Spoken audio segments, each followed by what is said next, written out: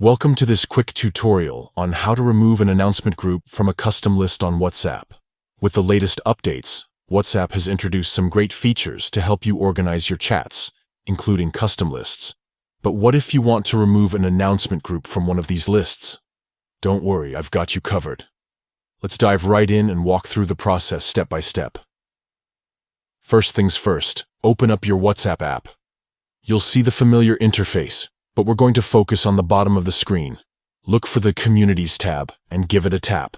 This will take you to a page where you can see all the communities you're a part of. Now, find the specific community that contains the announcement group you want to remove from your custom list.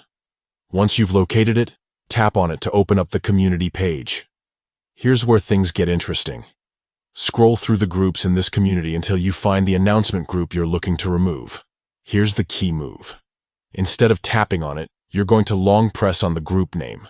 This will bring up a menu of options. Among these options, you'll see Add to List. Don't let the name fool you. This is actually where we'll remove the group from our custom list. Tap on Add to List, and a pop-up window will appear showing all your custom lists. In this pop-up, you'll see the custom list that currently includes the announcement group. To remove it, simply tap on the list to deselect it. You'll know it's deselected when the checkmark disappears. Finally, tap Done at the bottom of the pop-up window. And just like that, you've successfully removed the announcement group from your custom list. This simple process allows you to keep your WhatsApp organized exactly the way you want it. Remember, you can always add the group back to a list later if you change your mind.